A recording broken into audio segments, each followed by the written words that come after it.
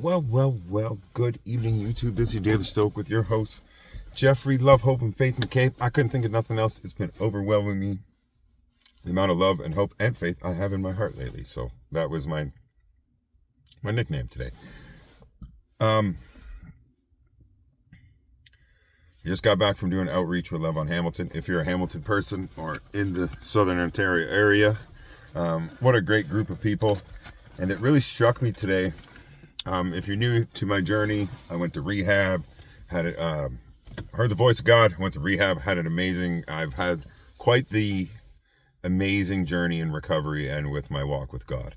And I was trying to tell him today, in the circle, after the initial beginning of my journey, as I was getting ready, I got accepted into rehab. I started to pray and I was like, God, send me people, send me the right people, send me your people, God, that are going to, shelter me. You're going to hold me up. You're going to lift me up in this time. Because I was terrified, man. My whole life was changing, and it was the therapy. It was the marijuana use. It was just the lifestyle. And I knew with the experience, throwing the God part in there, like I didn't go to a meeting and then I was like, oh, I got to accept God. I prayed super hard as I was broken. I heard the voice of God and everything started to change after that moment. So they all kind of collided together, let's say. But I do remember praying super hard, and I've prayed for it since a little bit, but not as much. But I prayed for God to send people to me to help me. I had the most amazing group of people in the rehab, like the counselors. I'll never forget some of them. Like, they touched my life forever. The people there, not everybody I stayed close to, but a few of those people that I met in rehab will be family for life. So, especially one. Shout out to Mads. What up, Mads? Love you, kid. And then all the outreach work I've done and all these things that I've been able to experience and accomplish. And as I'm getting ready to relaunch All Hands on Deck and do a little event, which I'm super happy to be a part of, I stand in these outreach circles, or I go to these little things, and I'm like, these are the people I prayed for, man. They showed up in my life. Like, I prayed for God to send people to me to help me, and he sent an army of these people to help me. And I'm so grateful for that. I could almost cry. I cried today thinking about it. I was like, whoa, man. Like, I've had these moments where I'm like, I don't know any of these people. These aren't my friends from before. This is completely, a brand new thing. And like, I could name them, like when it came out of rehab, boom, I met Angela Voss. And then through Angela, she ushered me into everything that happened after that. And to stand in this circle of people who come up from all over the place to do outreach. There's addiction counselors.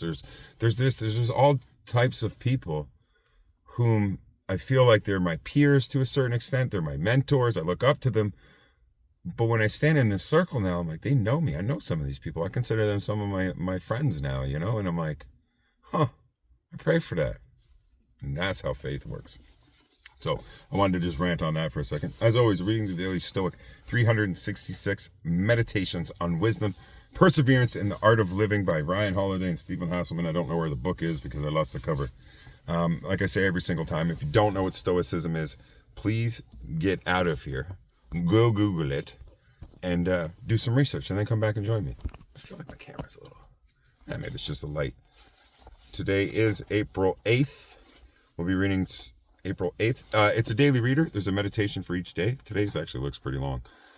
Let's go check in. I forget what the theme is. I want to say something to do with opinions or perspective or something. So each month has a theme. Unbiased thought is the theme for April. So let's get right into it for April 8th. The cost of accepting counterfeits. When it comes to money, where we feel our clear interest, we have an entire art where the tester uses many means to discover the worth. Just as we give great attention to judging things that might steer us badly, but when it comes to our own ruling principle, we yawn and doze off, accepting any appearance that flashes by without counting the cost. Epictetus Discourses 1.20.8 semicolon 11. That's a wild. What kind of book is that? I gotta read some Epictetus stuff.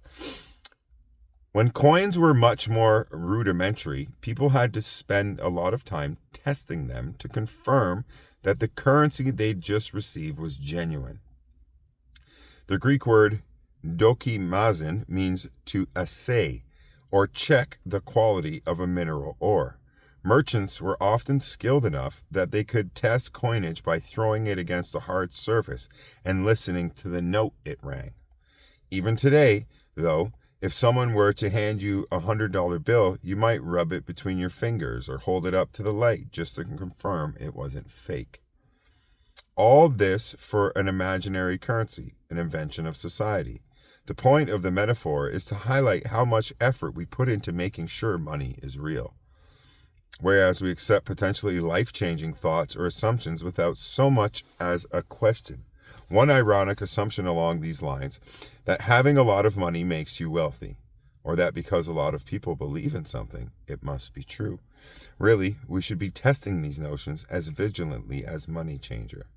For, as Epictetus reminds us, the first and greatest task of the philosopher is to test and separate appearances and to act on nothing that is untested.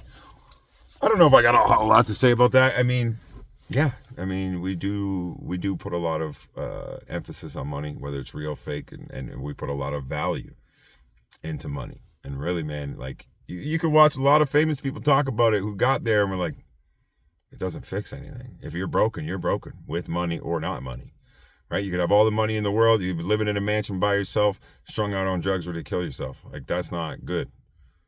Right? It's a different set of problems, of course. Like if you're broke, money would help a lot.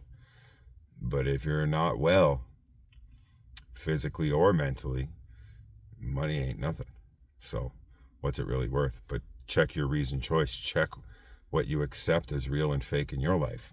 I guess that is the lesson from today's Stoics. Love, hope, and faith. Peace, guys. I'll talk to you tomorrow.